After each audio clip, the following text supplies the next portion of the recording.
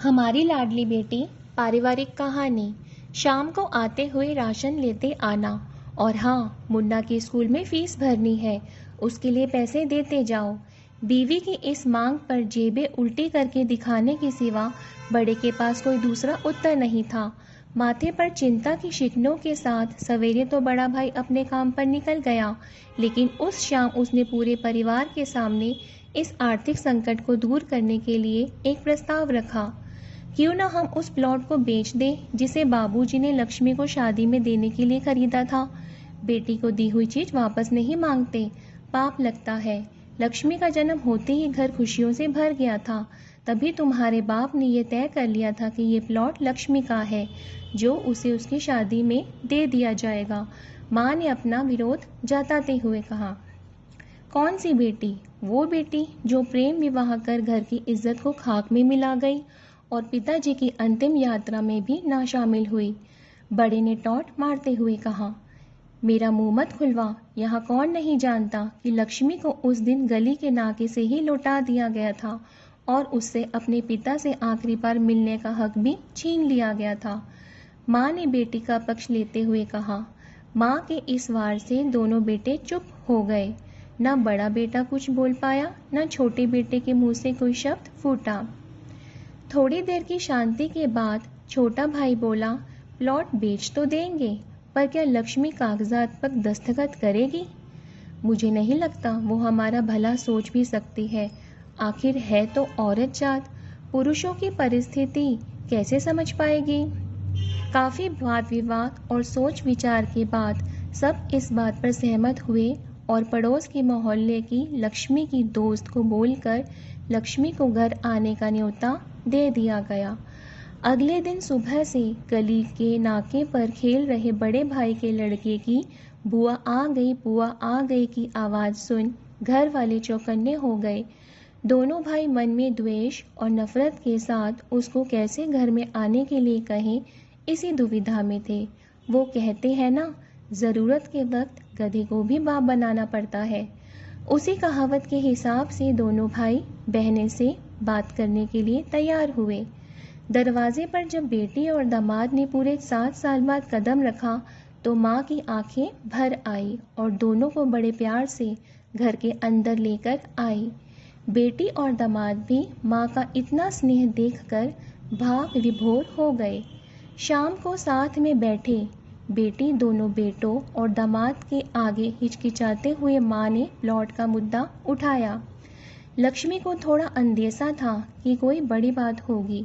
लक्ष्मी उसी दिन से ये सोच रही थी कि ऐसी क्या बात हो सकती है कि जो खड़ूस भाई उसे बाप का मुंह भी दिखाने के खिलाफ थे, वो अचानक इतने कैसे पिघल गए।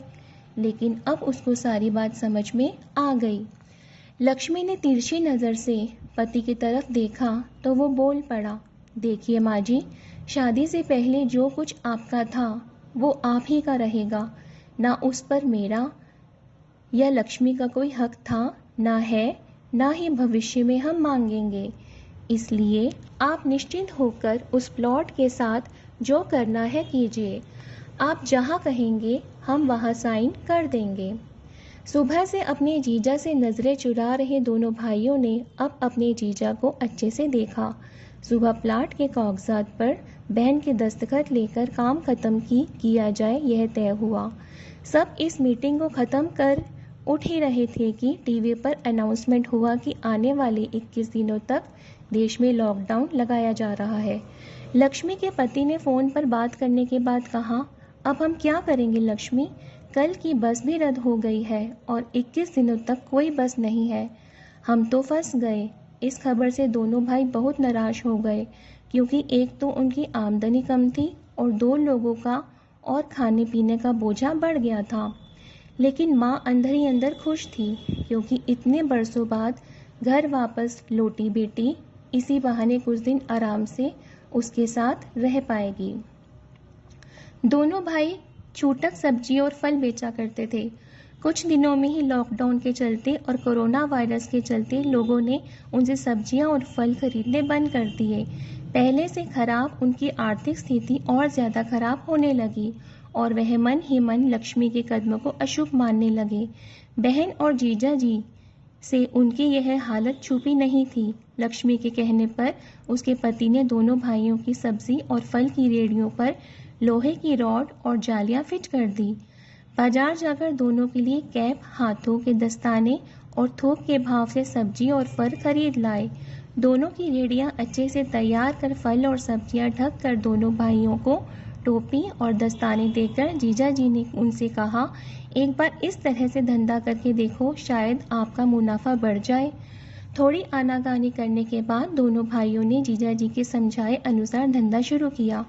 2-3 दिनों बाद ही कोरोना से घबराए लोग अब ढकी हुई फल और सब्जियां और दस्ताने और सेफ्टी का ध्यान रखते बेचने वालों से ही फल और सब्जियां खरीदने लगे। इस तरह समझदार दामाद की वजह से धीरे धीरे दोनों भाइयों का धंधा अच्छा चलने लगा और उनके घर का गल्ला जो पहले खाली हो रहा था अब धीरे धीरे भरने लगा। माँ जैसे अपने मरे हुए पति से मन ही मन संवाद साधने लगी। देखो जी, आपकी लक्ष्मी सच में लक्ष्मी है। उसके पाँव घर में पड़ते ही घर खुशियों से भर रहा है। दोनों भाइयों के आंखों में पहले जो गुस्सा था उनकी जगह अब शर्म ने ले ली थी। वह मन ही मन सोचते थे, क्या गलत किया था बहन ने जो हमने उसके साथ इतना बुरा सलूक किया। शादी ही तो की थी और शादी करने से पहले हमें बताया भी तो था। हम ही थे जो उसे स्वीकार नहीं कर पाए।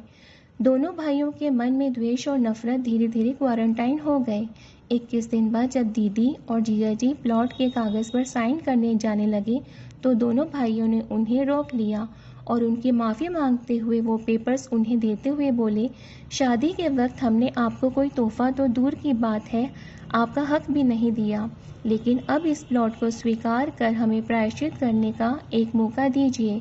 सभी के आंखों में खुशी के आंसू आ गए और माँ ऊपर देख कर बोली, देखा, आपकी लाडली ने आज फिर हमारा घर खुशियों से भर दिया। दोस्तों, अगर यह कहानी पसंद आई हो तो प्लीज़ चैनल को लाइक, शेयर, सब्सक्राइब, कमेंट ज़रूर कीजिए। धन्यवाद।